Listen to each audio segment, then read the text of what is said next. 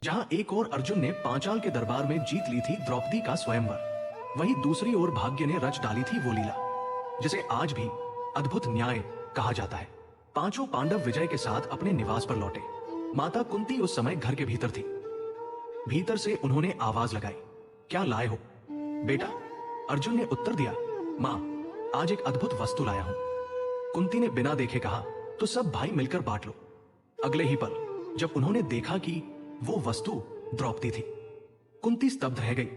उनके शब्द अब धर्म की परीक्षा बन चुके थे। युधिष्ठिर ने गंभीर स्वर में कहा, मां के वचन धर्म है, उन्हें तोड़ना अधर्म होगा। भीम ने कहा, परंतु एक स्त्री 5 पतियों की कैसे हो सकती है? अर्जुन मौन था और नकुल सहदेव भी द्वंद्व में पड़े थे। कुंती रो पड़ी, बेटा, ये मेरे मुख से भूल निकल गई थी, मैं इसे शाप नहीं बनाना चाहती। द्रौपदी भी मौन थी। भीतर एक तूफान था।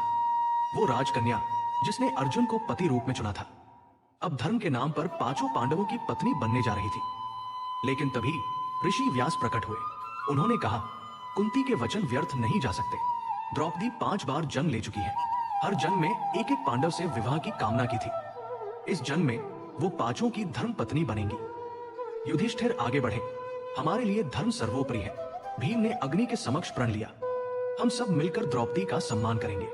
अर्जुन ने मौन होकर शंख बजाया और पांचों भाइयों ने अग्नि के चारों ओर परिक्रमा की। स्वयं अग्निदेव साक्षी बने।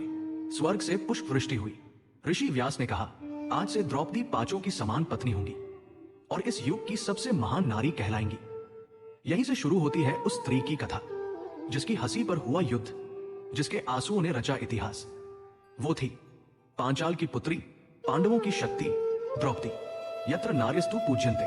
पांडवों के जीवन में अग्नि परीक्षा के बाद आया वैभव का युग। इंद्रप्रस्थ, एक ऐसा नगर जो स्वर्ग से भी सुंदर था, पर जिसके वैभव की जड़ें आने वाले विनाश को पोषित कर रही थी। अर्जुन के बाणों से उगा नगर। मायासुर ने अपने दिव्य ज्ञान से बनाया ऐसा महल जहां जमीन पानी जैसी दिखती और पानी जमीन जैसा भ्रम देती। हर कोने में दैवीय सौंदर्य था और इस नगर के केंद्र में युधिष्ठिर का राज सिंहासन। एक दिन कृष्ण द्वारका से पधारे। युधिष्ठिर ने कहा, माधव, अब मैं राजसूय यज्ञ करना चाहता हूं जिससे धरती पर धर्म की स्थापना हो। कृष्ण मुस्कुराए, राजसूय यज्ञ केवल वही कर सकता है जिसे सभी राजा अपना सम्राट माने। क्या तुम युद्ध के लिए तैयार हो? युधिष्ठिर ने उत्तर दिया, यदि धर्म के लिए लड़ना पड़े तो हाँ। भीम ने पूर्व दिशा जीती। अर्जुन ने उत्तर में विजय पाई। नकुल और सहदेव ने दक्षिण और पश्चिम की ओर अभियान चलाया। हर ओर पांडवों का ध्वज लहराने लगा। और फिर हस्तिनापुर से भी निमंत्रण गया। धृतराष्ट्र ने कहा, जाओ और पांडवों का यज्ञ देखाओ। दुर्योधन के हृदय में ईर्ष्या की आग भड़क उठी। राजसूय यज्ञ का दिन आया। सभी राजाओं और ऋषियों ने उपस्थिति दी। अर्जुन, भीम, नकुल, सहदेव और द्रौपदी सभी गौरव से चमक रहे थे। युधिष्ठिर ने घोषणा की, अब अग्र पूजा होगी। सबसे पहले किसे सम्मान दे? भीष्म उठे और बोले, कृष्ण से बड़ा कोई नहीं। वो इस यज्ञ के प्रथम पूजनीय है। और जैसे ही कृष्ण की आरती हुई, सभागृह गूंज उठा जय श्री कृष्ण से। जब सभी मेहमान जा चुके, दुर्योधन माया सभा में घूम रहा था। पारदर्शी फर्श को पानी समझकर वो गिर पड़ा। पूरा दरबार हंस पड़ा। द्रौपदी ने मुस्कुराकर कहा, अंधे का पुत्र भी अंधा ही होता है। ये वाक्य दुर्योधन के हृदय में बाण बनकर चुभ गया। उसने शपथ ली, अब मैं इस अपमान का बदला लूंगा। हस्तिनापुर लौटकर दुर्योधन ने कहा, मामा, मुझे वो सुख चाहिए जो युधिष्ठिर के पास है। शकुनी मुस्कुराया, वो सुख बल से नहीं मिलता, चाल से मिलता है। चल एक खेल खेलते हैं। कौरवों के षड्यंत्र की पहली गोटी अब चल चुकी थी, जिसका नाम था जुआ। राजसूय यज्ञ ने दिया युधिष्ठिर को सम्राट का ताज, पर उसी दिन भाग्य ने लिख दी महायुद्ध की भूमिका। धर्मो रक्षति रक्षिता। राजसूय यज्ञ के बाद धर्मराज युधिष्ठिर सम्राट बने, पर जहां वैभव होता है वहां ईर्ष्या भी जन्म लेती है, और इसी ईर्ष्या ने रचा महाभारत का सबसे काला अध्याय। दुर्योधन अब चैन से नहीं बैठ सकता था। हर पल उसे याद आता द्रौपदी की वो हंसी, वो शब्द, अंधे का पुत्र अंधा ही होता है। उसका अपमान उसके अहंकार की ज्वाला बन चुका था। वो शकुनी के पास गया, मामा, मुझे इंद्रप्रस्थ चाहिए, पर युद्ध नहीं, कुछ ऐसा चाहिए जिससे धर्मराज स्वयं हार जाए। शकुनी ने आंखें मूंदते हुए कहा, तो चलो खेल खेलते हैं पासों का। धृतराष्ट्र ने अनुमति दी। सभागृह तैयार हुआ, सोने के स्तंभों और राजसी आसनों से सजा हुआ। एक ओर कौरव, दूसरी ओर पांडव, बीच में शकुनी अपने मायावी पासों के साथ। कृष्ण दूर द्वारका में थे और धर्मराज के भाग्य में अंधकार उतरने वाला था। शकुनी ने मीठे शब्दों में कहा, बस मनोरंजन के लिए धर्मराज। युधिष्ठिर मुस्कुराए, मनोरंजन में हानि कैसी? पहली बाजी लगी, रत्न और धन, फिर राज्य, फिर अपने भाइयों को दांव पर लगा दिया। भीम, अर्जुन, नकुल, सहदेव सब हार गए। शकुनी बोला, अब क्या शेष है धर्मराज? युधिष्ठिर ने उत्तर दिया, मैं स्वयं, और वो भी हार गए। सभा मौन थी। शकुनी ने मुस्कुराकर कहा, अब क्या शेष है धर्मराज? एक और बाजी लगाओ द्रौपदी को। सभी स्तब्ध, भीष्म, द्रोण, कृप सब मौन, और युधिष्ठिर ने धर्म के नाम पर द्रौपदी को दांव पर लगा दिया। पासा फेंका गया। शकुनी बोला, जीते कौरव। भीम ने गर्जना की, ये अधर्म है, पर दुर्योधन हंस पड़ा, द्रौपदी अब दासी है।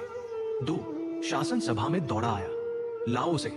बाल पकड़कर द्रौपदी ने प्रतिरोध किया, मैं धर्मराज की पत्नी हूं, पर उसे घसीटकर दरबार में लाया गया।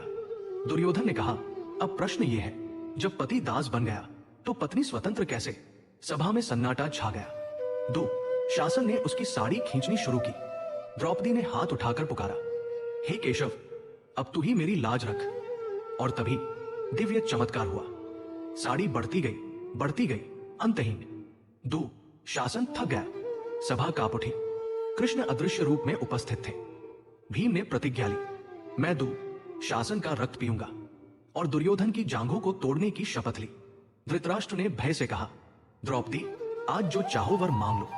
द्रौपदी ने कहा, मैं केवल धर्म और अपने पतियों की स्वतंत्रता मांगती हूं। सभा समाप्त हुई, पर अब युद्ध का बीज बोया जा चुका था। धर्मो रक्षति रक्षिता। पासों के खेल ने छीन लिया धर्मराज का राज्य, और द्रौपदी का सम्मान बचा तो केवल श्री कृष्ण की कृपा से। पर अधर्म की इस जीत के बाद भी धर्म चुप नहीं रहा। सभा अब मौन थी। भीम की आंखों में अग्नि थी, अर्जुन के होठों पर क्रोध का कंपन, पर युधिष्ठिर शांत थे। उन्होंने धीरे कहा, हम धर्म का अपमान नहीं करेंगे। यदि अधर्म ने हमें हराया है तो हम अपने वचन से पीछे नहीं हटेंगे। कुंती ने रोते हुए कहा, बेटा, क्या अब भी मौन रहोगे? युधिष्ठिर बोले, मां, मौन भी एक शस्त्र है। दुर्योधन ने मुस्कुराकर कहा, धर्मराज, लौट जाओ वन में। 12 वर्ष का वनवास और 1 वर्ष का अज्ञातवास लो। अगर पूरा किया तो राज्य तुम्हारा। भीम गर्जा, यदि धर्मराज न रोकते तो आज तुम्हारा सिर धड़ से अलग होता। पर युधिष्ठिर ने हाथ उठाया, भीम, अधर्म का उत्तर हम धर्म से देंगे। सभा गूंज उठी, जय धर्मराज। पांडवों ने अपने राजसी वस्त्र त्याग दिए। द्रौपदी ने आंसुओं से भीगी आंखों से अग्नि के सामने प्रणाम किया। नगर की स्त्रियां रोती रहीं और लोग बोले, धर्म हार गया आज। अर्जुन ने कहा, धर्म नहीं हारा, अभी उसकी परीक्षा शुरू हुई है। वन में प्रवेश करते ही द्रौपदी ने धरती को छुआ। हे धरती मां, हमें सहना सिखा। भीम ने लकड़ियां उठाई, सहदेव ने भोजन की जुगत बनाई, नकुल ने घोड़ों की देखभाल की। अर्जुन ध्यान में बैठ गया और युधिष्ठिर ने शांति से कहा, यही हमारा नया राजमहल है। कुछ दिनों बाद श्री कृष्ण वन में आए। उन्होंने द्रौपदी को देखा और कहा, क्लेश में भी जो धर्म नहीं छोड़ता वही सच्चा राजा है। द्रौपदी ने आंसुओं में कहा, माधव, क्या धर्म सदा हारता है? कृष्ण मुस्कुराए, धर्म हारता नहीं, बस परीक्षा देता है। एक दिन अधर्म स्वयं नष्ट होगा। वन में गूंज उठी शंखध्वनि। भीम ने मुट्ठी बांधी, मैं प्रतिज्ञा करता हूं, 2 शासन का रक्त पीऊंगा। अर्जुन ने कहा, और मैं शपथ लेता हूं, दुर्योधन की जांघें तोड़ दूंगा। युधिष्ठिर ने देखा आकाश की ओर, हे प्रभु, हमें धैर्य दो। और इस प्रकार पांडवों का 13 वर्षों का वनवास आरंभ हुआ। धर्मो रक्षति रक्षित। वनवास के प्रारंभिक दिन जहां दुख था वही शांति भी थी, जहां तिरस्कार था वही तपस्या की सुगंध। पांडवों ने हिम्मत नहीं छोड़ी। हर दिन वे किसी न किसी ऋषि के दर्शन पाते और उनके वचनों से नया बल मिलता था। संध्या का समय था। वन में मंद हवा बह रही थी। अर्जुन धनुर्विद्या का अभ्यास कर रहा था। भीम लकड़ियां काट रहा था। युधिष्ठिर ध्यान में लीन थे और द्रौपदी तुलसी के पास दीप जला रही थी। तभी दूर से एक तेज प्रकाश दिखाई दिया। सारे वन में दिव्यता फैल गई। सहदेव बोला, ये कौन ऋषि है जो स्वयं प्रकाश के समान है, ऋषि मार्कंडेय धीरे धीरे पांडवों के समीप आए। उनके नेत्रों में काल का ज्ञान झलक रहा था। युधिष्ठिर ने उन्हें प्रणाम किया। स्वागत है महात्मन वनवासियों के आश्रम में। ऋषि बोले, धर्मराज, मैंने सुना है तुम्हारे ऊपर अन्याय हुआ है, परंतु याद रखो, धर्म कभी पराजित नहीं होता, केवल परीक्षित होता है। मार्कंडेय ने अपनी आंखें बंद की और बोले, एक समय ऐसा भी था जब पूरी सृष्टि जल में डूब गई थी। न आकाश था, न पृथ्वी, केवल भगवान विष्णु शेषनाग पर विश्राम कर रहे थे। वहीं एक बालक उनके ऊपर खेल रहा था। वो स्वयं नारायण का बाल रूप था। मैंने वो दृश्य देखा था जहां जल के सागर में केवल प्रभु की मुस्कान थी। वन में सन्नाटा छा गया। द्रौपदी ने पूछा, ऋषिवर, क्या वो अंत था?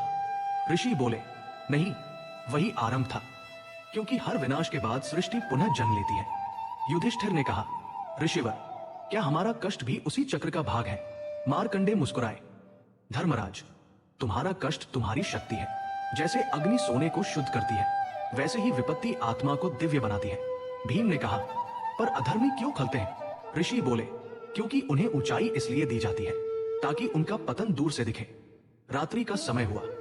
ऋषि मार्कंडेय ने हाथ उठाकर आशीर्वाद दिया, तुम्हारा ये वनवास ही तुम्हारा वरदान बनेगा। वन में गूंज उठी मंद वेद ध्वनि और प्रकाश धीरे धीरे ओझल हो गया। द्रौपदी ने आंसू पोंछते हुए कहा, अब मुझे समझ आया, धर्म कभी नहीं मिटता, वो बस परीक्षा लेता है। रात के आकाश में तारे टिमटिमा रहे थे।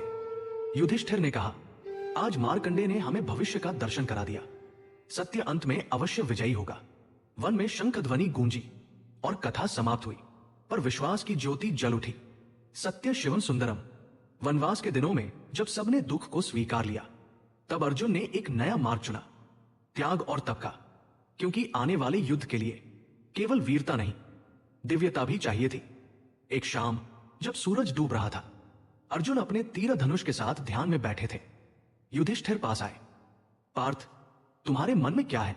अर्जुन बोले, भैया, अधर्म के विरुद्ध युद्ध तभी संभव है जब हमें दिव्य शक्ति प्राप्त हो। मैं देवताओं से अस्त्र प्राप्त करूंगा। द्रौपदी की आंखों में चिंता थी। अर्जुन, वन अकेला है, देवता तक कैसे पहुंचोगे? अर्जुन मुस्कुराए, संकल्प ही मार्ग है। अर्जुन उत्तर दिशा की ओर चले। वह महीनों तक नदियां पार करते, पर्वत चढ़ते रहे, आकाश में बादल गरजते, वर्षा होती, पर अर्जुन अडिग रहे। एक दिन जब वे बर्फीली चोटी पर पहुंचे, उन्होंने घुटनों के बल बैठकर प्रणाम किया। हे देवाधिदेव, मुझे धर्म के रक्षण का सामर्थ्य दो। अर्जुन ने कठोर तप आरंभ किया। सालों बीते, वो केवल वायु और ध्यान पर जीवित रहे। वन में पशु भी उन्हें प्रणाम करने लगे। आकाश से कभी बिजली, कभी खूल गिरते थे।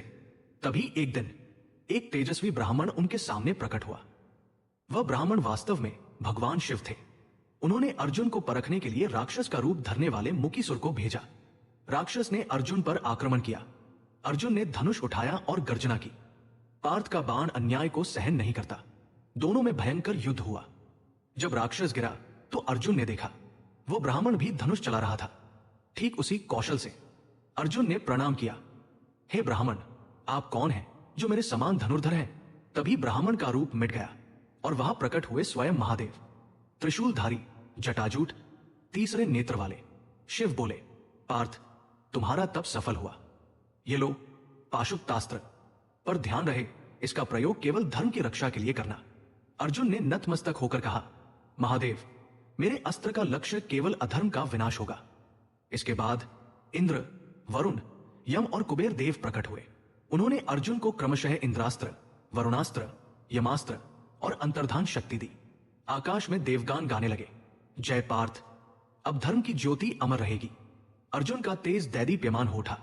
वह अब केवल योद्धा नहीं, बल्कि देवताओं का दूत बन चुका था। अर्जुन ने हाथ जोड़े और कहा, अब मैं लौटूंगा धर्मराज के पास, क्योंकि युद्ध अभी दूर है, पर तैयारी अब पूरी है। आकाश से दिव्य प्रकाश गिरा और हिमालय में गूंज उठा शंख। नमो पार्थाय नित्यम नमः। नमः शिवाय। अगर ये वीडियो आपको अच्छी लगी तो कृष्ण जरूर अभिधानम् अधर्मस्य तदात्मानं सृजम्यहम् परित्राणाय साधूनां विनाशाय च दुष्कृताम् धर्म संस्थापनार्थाय संभवामि युगे युगे।